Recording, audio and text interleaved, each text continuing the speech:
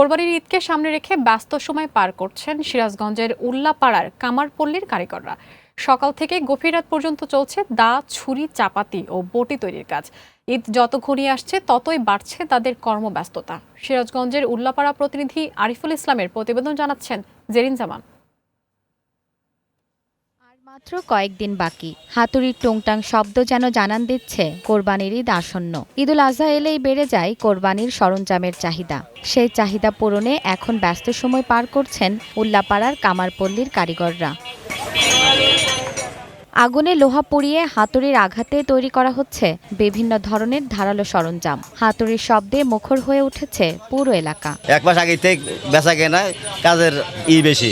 জবাই, ছুরি, কাটারি এবং পুরান মালপাতি সব আমরা ধার করে দেই। কাঁচামালের দাম বাড়লেও ক্রেতাদের চাহিদা কমেনি। অনেকেই পুরনো দা, ছুরি শান দিতে আসছেন, আবার কেউ নতুন সরঞ্জাম কিনছেন। কোরবানির ঈদের সামনে রেখে কিছু ছুরি, চাকু এগুলো বানানোর জন্য দেখে শুনে যেখানে ভালো হয় সেখান থেকে একটা চাপাটি আর একটা চাকু কিনবে।